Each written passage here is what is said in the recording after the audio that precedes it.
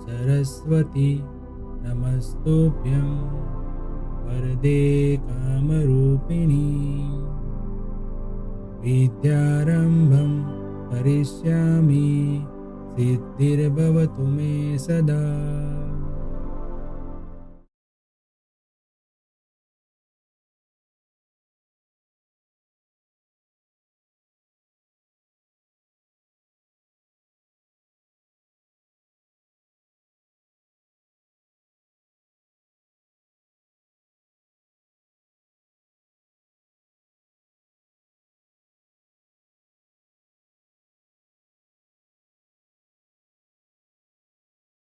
Hello everyone, welcome to मंत्री learning. Index number में practical question हम देख रहे हैं और आज लेक्चर नंबर 10 के अंदर भी हम कुछ अलग से क्वेश्चन देखेंगे। अभी तक के जो भी हमने इंडेक्स नंबर के क्वेश्चन देखे उससे कुछ अलग। अभी तक हमने इंडेक्स नंबर के अंदर बेसिक क्वेश्चन किए, वेटेड एवरेज मेथड की फॉर्मूला यूज़ की, Laspeyres Paasche and Fisher की फॉर्मूला यूज़ करके इंडेक्स नंबर कैसे फाइंड करते वो देखा। फिर उसके अंदर हमने ये देखा कि जब हमें कोई क्वेश्चन के अंदर यूनिट का कॉलम जो दिया होता है तो हमें यूनिट इक्वल है या नहीं वो चेक करना है। अगर यूनिट इक्वल नहीं है तो उसको कैसे इक्वल करना है उसके लिए भी हमने एक क्वेश्चन इसके पहले लेक्चर में हमने देखा, बराबर। आज कुछ ऐसे ही हम अलग क्वेश्चन देखने वाले हैं जिसमें हमें कुछ इस अलग डिटेल दी है तो उसको हम किस तरीके से सॉल्व करेंगे। ओके, चलो स्टार्ट करते हैं आज का लेक्चर हम। तो आज के लेक्चर का जो हमारा क्वेश्चन है वो क्वेश्चन है, क्वेश्चन मतलब इलिस्ट्रेशन है हमारा 15 और क्वेश्चन कुछ इस तरीके से हमें यहाँ पे प्रोवाइड किया है और इसमें हमें फाइंड करना है Fisher's index number. Find the Fisher's index number for the year 15 and taken 15 as a base year from the data given below about consumption and total expenditure। ये चीज नहीं आई यहाँ पे, टोटल एक्सपेंडिचर 5 डिफरेंट आइटम्स। तो total expenditure के लिए मैंने पहले आपको समझाया था कि हमारा जो कैलकुलेशन है वो टोटल एक्सपेंडिचर के बेस पर ही है। जो लास्ट ईयर की फॉर्मूला है, जो पासे की फॉर्मूला है और जो फिशर की फॉर्मूला है वो सब जो है वो हमारे टोटल एक्सपेंडिचर पर ही बेसिस है। जैसे हम क्या क्या फाइंड करते थे, P1 Q0, P0 Q0, P1 Q1 और P0 Q1। तो ये क्या है, प्राइस और क्वांटिटी का मल्टीप्लीकेशन, मतलब ये क्या है, टोटल एक्सपेंडिचर। ये भी टोटल एक्सपेंडिचर है, ये भी टोटल एक्सपेंडिचर है और ये भी टोटल एक्सपेंडिचर है। अब देखो यहाँ पे 1 और 0 है, तो प्राइस है वो है करंट ईयर की और 0 यानी कि क्वांटिटी जो है वो है बेस ईयर की। तो ये एस्टिमेशन है एक, मतलब कंपेरेटिव मेजरमेंट फाइंड करने के लिए हम ये यूज करते हैं। बट एक्चुअल क्या है, तो ये एक्चुअल है P0Q0। तो ये है P0Q0, मतलब ये दोनों जो प्राइस है वो भी बेस ईयर की है और क्वांटिटी है वो भी बेस ईयर की। तो इसको हम बोलते हैं total expenditure of base year. Okay, और सेम इसी तरीके से P1Q1, तो ये क्या हो गया, total expenditure of current year. ये है वो एक एस्टिमेशन, या तो फिर हम कंपेरेटिव मेजरमेंट फाइंड करते हैं तो हम प्राइस जो है वो बेस ईयर की और क्वांटिटी जो है वो करंट ईयर के लेके हम चेक करते हैं खाली कि भाई क्या चेंजेस हुआ। बट एक्चुअल जो माप, जो मेजरमेंट है वो ये है। तो कुछ इस तरीके से हमें यहाँ पे टोटल एक्सपेंडिचर की डिटेल प्रोवाइड की है। तो कैसे हम इसको सॉल्व करेंगे इसको आपको ध्यान से देखना है। मतलब आपको कोई भी क्वेश्चन सोल्व करना है तो पहले आपको ये जानना जरूरी है कि आपको जो डिटेल्स प्रोवाइड की है वो किस टाइप की है, बराबर है। चलिए, तो यहाँ पे देखो बेस ईयर की ये 14 की डिटेल हमें प्रोवाइड की है। तो 14 का क्या है, 14 की जो डिटेल प्रोवाइड की है उसमें एक है कंजप्शन। कंजप्शन मतलब क्या है, क्वांटिटी। तो ये Q0 हो गया बेस ईयर का, इसलिए। अब ये है टोटल एक्सपेंडिचर, पर कौन सा टोटल एक्सपेंडिचर, बेस ईयर का। तो बेस ईयर का जो टोटल एक्सपेंडिचर होता है उसको हम क्या बोलते हैं, P0Q0। फिर करंट ईयर का कंजप्शन यानी कि ये है Q1 और टोटल एक्सपेंडिचर यानी कि इसका मतलब हुआ ये P1Q1 है। इस टाइप से आपको प्रोवाइड किया हुआ है। हमें फिशर का इंडेक्स नंबर फाइंड करना हो, लास्ट पेयर का फाइंड करना हो, या फिर पासे का इंडेक्स नंबर फाइंड करना हो, हमें क्या चाहिए? तो हमें डिटेल्स के अंदर 4 फैक्टर चाहिए, जैसे कि P1, Q1, P0, Q0। ये 4 आइटम अलग अलग से चाहिए हमें, 4 फैक्टर। तो इसके लिए देखो यहाँ पे आपको Q0 प्रोवाइड किया हुआ है, फिर Q1 भी प्रोवाइड किया है, बट P0 और P1 नहीं है। P0 और P1 नहीं है। तो क्या कर सकते हैं हम इसके लिए? तो देखो ये P0 Q0 कैसे फाइंड किया हमने? P0 और Q0 का मल्टीप्लाई करके, P0 और Q0 का मल्टीप्लाई करके। अब इसमें हम Q0 प्रोवाइड किया है ऑलरेडी, तो अगर हम इसको Q0 से डिवाइड कर दे तो हमें P0 की वैल्यू मिल सकती है। यस, मिल सकती है। सेम इसी तरीके से अगर हम इसको यहाँ पे Q1 से डिवाइड कर दे तो हमें P1 की वैल्यू मिल सकती है। तो 4 फैक्टर हो गए, Q0 में दिया हुआ है, इसको हम डिवाइड कर देंगे यहाँ से तो फिर P0 मिल जाएगा, और इसको यहाँ पे डिवाइड करेंगे तो हम मिलेगा P1। तो ऐसे हमें पहले टेबल जो है वो कंप्लीट करना है, उसके बाद हमें फॉर्मूला जो है वो अप्लाई करनी है। ठीक है, चलिए कैलकुलेशन पे आते हैं। फॉर्मेट हमारा यही है, वो सेम इस तरीके से बन जाएगा। आइटम हमारी जो भी है वो ABCDE। अब 14 की जो हमें डिटेल प्रोवाइड की थी P0, बराबर। कैसे मिला P0 हमें यहाँ पे? चलिए देखते हैं। 2500 उसको डिवाइड करेंगे 50 से, क्या आ जाएगा? 50। 600 को डिवाइड करेंगे 120 से, क्या आ जाएगा? 5। 330 को डिवाइड कर देंगे 30 से, क्या मिल जाएगा? 11। 360 को डिवाइड करेंगे 20 से, मिलेगा 18। 40 को डिवाइड करेंगे 5 से तो क्या मिल जाएगा? 8। तो ये हो गया P0। सेम इस तरीके से यहाँ पे हम डिवाइड कर देंगे, जो भी वैल्यू है यहाँ पे 60 से डिवाइड करेंगे, 140 से डिवाइड करेंगे, 20 से डिवाइड करेंगे, 15 से और 5 से। तो पहला जो वैल्यू है हमारा फॉर्मेट के अंदर P0 हमें इस तरीके से मिलेगा। Q0 ऑलरेडी हमें यहाँ पे प्रोवाइड किया हुआ है, जो दिया था वो 50, 120, 30, 20 और 5। चलिए अब नेक्स्ट क्या आता है? नेक्स्ट आता है 15 की वैल्यू। 15 की वैल्यू में P1, जैसे मैंने इसे इस यहाँ पे समझाया उस तरीके से हम डिवाइड करके फाइंड कर सकते हैं। जैसे 60 से डिवाइड करेंगे, क्या मिल जाएगा? 70। यहाँ पे आ जाएगा 5, 10, 20 और 10। तो चलो इस तरीके से हमें यहाँ पे वैल्यू मिल गई 75, 10, 20, 10। अब Q1 जो हमें ऑलरेडी क्वेश्चन में दिया हुआ ही था, P1Q0। अब P1Q0 कैसे फाइंड करेंगे? तो मल्टीप्लाई कर देंगे। P1 आ गया यहाँ पे ये 70 और Q0 आ गया ये 50 इंटू 70 करेंगे, या 70 इंटू 50, आंसर ये से मिल जाएगा हमें, और टोटल आ गया 4850। P0 Q0 फाइंड करने की ज़रूरत नहीं है, ऑलरेडी हमें यहाँ पे दिया हुआ है। जैसे बेस ईयर का जो टोटल एक्सपेंडिचर था वही तो था P0 Q0, 2500, 600, 330, 360 और 40। तो सीधा यहाँ पे हम इसको अप्लाई कर लेंगे। अब P1 Q1 वो भी हमें दिया हुआ था क्वेश्चन के अंदर, वही सीधा लिख लेंगे, इसका टोटल कर लेंगे। फिर P0 Q1 यानी कि 50 इंटू 60,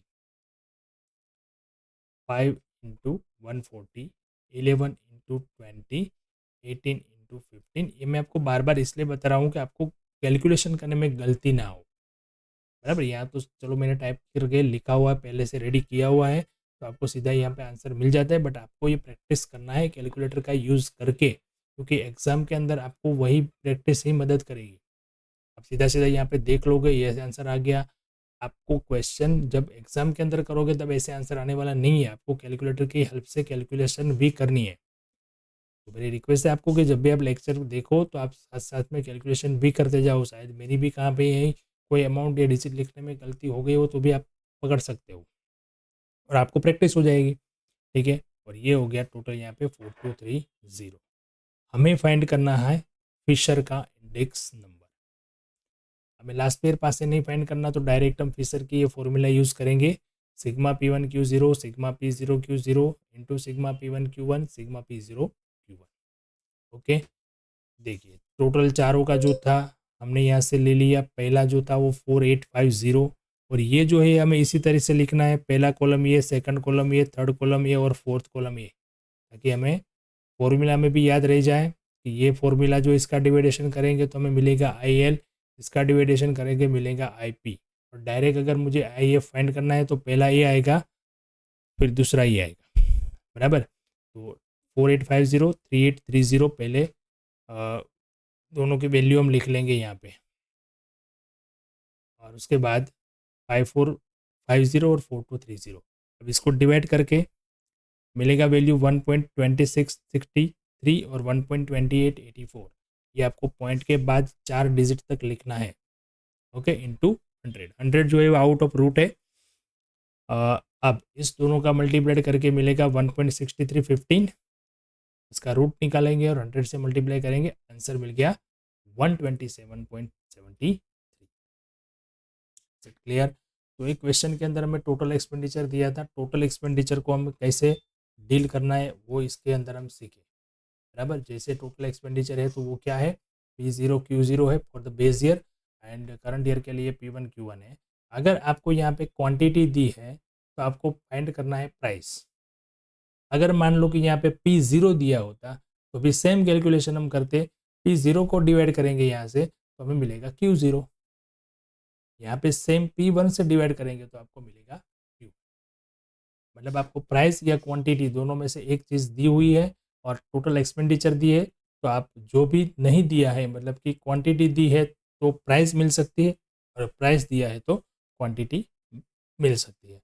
इस दोनों में से यानी कि P0 Q0 है, इस दोनों में से कोई एक चीज़ आपको अगर दी है तो बाकी जो नहीं दी है वो आप उसको डिवाइड करके फाइंड कर सकते हैं। दूसरा, यहाँ पे देखो ये यूनिट भी था, केजी लीटर सब कुछ था, और उसको हमने यहाँ पे ध्यान में लिया नहीं है। क्यों? क्योंकि अलग से यूनिट का कॉलम हमें एक क्वेश्चन में दिया नहीं है।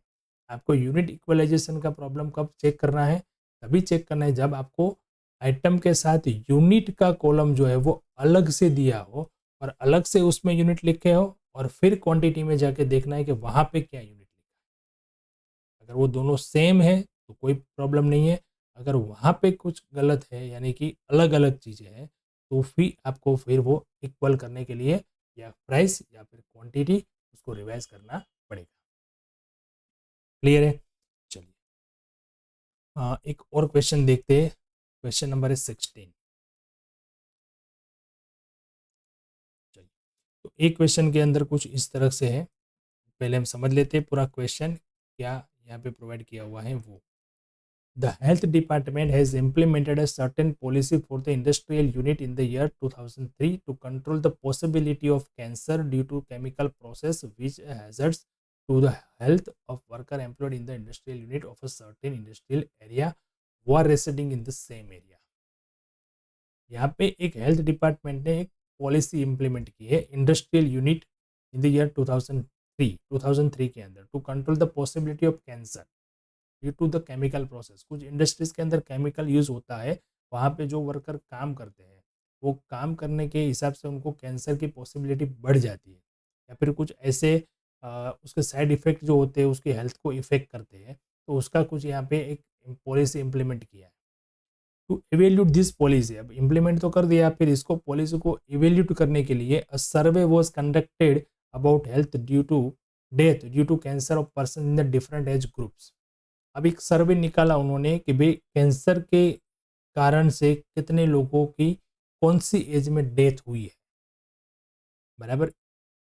अब कोई भी पॉलिसी जब गवर्नमेंट ऐड करता है या इम्प्लीमेंट करता है तो उसके थोड़े समय के बाद उसका वो रिसर्च का काम बन जाता है कि भाई ये पॉलिसी के हिसाब से कितना वो एक मतलब ट्रैकिंग बोलते हैं ना, कि वो पॉजिटिव इफेक्ट हुआ या नेगेटिव इफेक्ट हुआ, वो जानने के लिए एक सर्वे किया यहाँ पे। ओके, तो the following data are obtained for the year 3 and 8, 2003 और 2008। 2003 में पॉलिसी इंप्लीमेंट किया था और 2008 में उन्होंने सर्वे किया 5 साल के अंदर क्या इसका इफेक्ट हुआ वो जानने के लिए। And the index number of death due to cancer using weighted average method, आपको फाइंड करना है index number of the number of death due to the cancer using weighted average method by taking the population of this industrial area in year 2003 as weight and interpret it. अब देखो question दो पूछे गए यहाँ पे।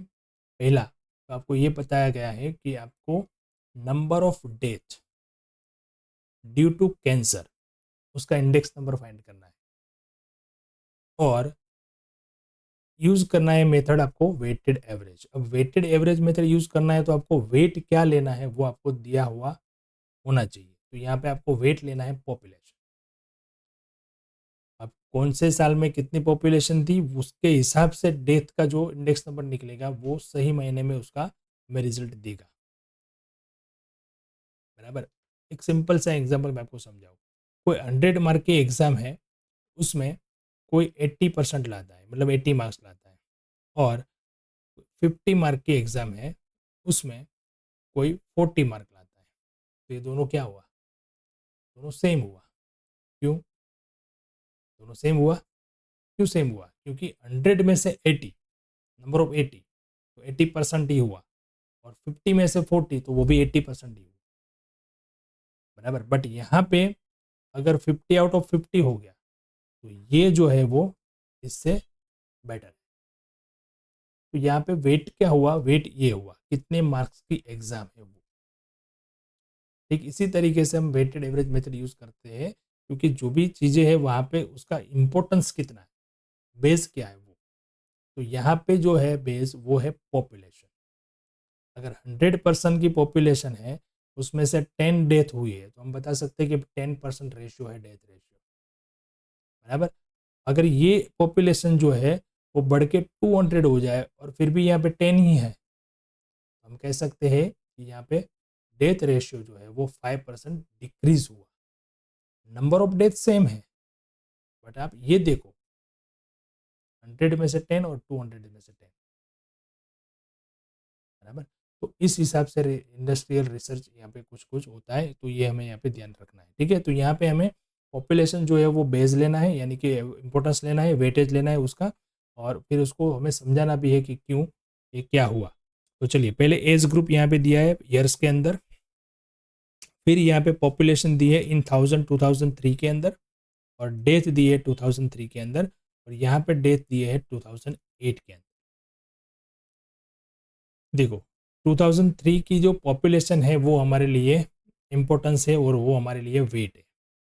बराबर। 10,000 में से 10,000 पॉपुलेशन थी 2003 में और डेथ थे 200 और 8 में हुआ 65। यहाँ पे 8 145 100 610 480 38 225 14 465 और अलग अलग एज ग्रुप के हिसाब से है। बराबर। कौन सी एज के पर्सन की कितनी डेथ हुई वो यहाँ पे हमें प्रोवाइड किया हुआ है। बराबर। तो ये हमारा बेस ईयर की वैल्यू है और ये है हमारी करंट ईयर की वैल्यू और ये पॉपुलेशन जो है वो हमारा वेटेज हो गया डब्ल्यू। तो अब इस पे बेस ईयर और करंट ईयर की जो भी वैल्यू है उसके हम पहले क्या फाइंड कर लेंगे? Index number. फिर आई इंटू डब्ल्यू करेंगे और इस हिसाब से हम वेटेड एवरेज का जो है वो इम्प्लीमेंट करके इसकी वैल्यू फाइंड करेंगे। चलिए कैलकुलेशन करते हैं। सबसे पहले एज ग्रुप लिख लेते हैं, फिर पॉपुलेशन, पॉपुलेशन को हम क्या दे देंगे? डब्ल्यू, क्योंकि उसका हमें वेट लेना है तो डब्ल्यू। फिर 2003 और 2008, 2003 की वैल्यू है वो 0 यानी कि P0 और यहाँ पे P1। प्राइस नहीं है, डेथ है तो यहाँ पे हम डी भी लिख सकते हैं पर उसको हम एक क्वेश्चन के लिए अलग नहीं करते, P0 P1 ही रखते हैं। फिर आई फाइंड कर लेंगे, same 65 divide by 200, 100 divide by 140, 480 divide by 610 और 465 डिवाइड बाई 550। अलग अलग हमें यहाँ पे इंडेक्स नंबर मिला। देखो 32, 68, 78, 64 और 84। अब वेटेड एवरेज कैसे काम करता है देखो आप। तो 5 साल से कम एज के ग्रुप के अंदर देखा जाए तो 32.5 मतलब यहाँ पे डिक्रीज हुआ, डेथ का जो नंबर्स है वो डिक्रीज हुआ। 32, 100 में से 32 हम माइनस कर लेंगे तो 68% जितना डिक्रीज हुआ। यहाँ पे देखें तो 68.97 मतलब मान लो 69, यहाँ पे 31 डिक्रीज हुआ। यहाँ पे 79 मान लो तो 11% सॉरी 21% डिक्रीज हुआ, यहाँ पे 64, बराबर। तो अलग अलग एज ग्रुप में अलग अलग रेशियो मिलते हैं, but all over total population में क्या चेंजेस हुआ वो जानने के लिए हमें यूज करना है वेटेड एवरेज मेथड, बराबर। तो उसको, अगर ये इंडेक्स नंबर है तो उसको वेट के हिसाब से, मतलब पॉपुलेशन के हिसाब से, इसकी पॉपुलेशन इतनी थी और इसमें इतना डिक्रीज हुआ है, इसकी पॉपुलेशन इतनी थी उसको इतना डिक्रीज हुआ, तो उसका इसका मल्टीप्लाइड करके फिर हम उसको टोटल यानी कि 118 से डिवाइड करेंगे तो हमें एग्जैक्ट एवरेज वैल्यू मिलेगी, ठीक है। तो चलिए 10 इंटू 32.5 यानी कि 325, फिर 8 इंटू 68 यानी कि 551.76, इसी तरीके से हमें चारों अलग अलग ग्रुप की, 5 अलग अलग ग्रुप की वैल्यू यहाँ पे मिल गई। अब चलिए इंडेक्स नंबर फाइंड करते हैं। तो sigma eight W divide by W, sigma W तो 70.17, इसका मतलब ये होता है, इंटरप्रिटेशन हमें करना है तो 100 में से हम ये माइनस कर लेंगे, बराबर। तो कितना आएगा 100 में से अगर हम ये माइनस करेंगे तो कितना आएगा 3 8 9 29.83, तो 29.83 जो डेथ है वो डिक्रीज हुआ है, क्योंकि ये 100 से कम वैल्यू है, इसका मतलब हुआ है कम हुआ है, डिक्रीज हुआ है। अगर 100 से ज़्यादा हुआ तो इसका मतलब होता है उसमें इंक्रीज हुआ। ऑल ओवर जो टोटल पॉपुलेशन है वो टोटल पॉपुलेशन के हिसाब से जो पॉलिसी हमने इम्प्लीमेंट की, उस पॉलिसी की इम्प्लीमेंट से हमें 29.83% जो डेथ है उसमें कम यानी कि घटाड़ा हुआ है, डिक्रीज हुआ है, ये हम इसको ऐसे बोल सकते हैं। अलग अलग एज ग्रुप के वाइज से अलग अलग उसकी जो पॉपुलेशन थी उस सब की हमने एवरेज वैल्यू निकाली, तो 29.83 डेथ, जो नंबर ऑफ डेथ है वो कम हुआ है, ओके। तो इस हिसाब से हम यहाँ पे वेटेड एवरेज की जो फॉर्मूला है उसका यूज़ करके इंडेक्स नंबर की मदद से ये जान सकते हैं, ओके। तो आज जो हमने दो क्वेश्चन किए वो एकदम अलग थे, टोटल एक्सपेंडिचर वाला क्वेश्चन और ये वेटेड एवरेज वाला क्वेश्चन। तो आप इसी तरीके के क्वेश्चन आपके बुक के एक्सरसाइज के अंदर भी दिए हुए हैं, आप उसकी प्रैक्टिस करिए। अगर उसमें कहीं आपको क्वेरी है, कुछ भी प्रॉब्लम है, कोई क्वेश्चन है, तो आप हमें कमेंट सेक्शन में, कमेंट बॉक्स में आप पूछ सकते हो। मेरा व्हाट्सएप नंबर भी यहाँ पे, आप डायरेक्ट मुझसे कांटेक्ट कर सकते हो और आप अपनी क्वेरी का सॉल्यूशन ले सकते हैं, ठीक है फ्रेंड्स। तो प्रैक्टिस करते रहें और सीखते रहें। मिलते हैं नेक्स्ट लेक्चर में नए कुछ टॉपिक के, नए कुछ क्वेश्चन के साथ। Thank you and have a good.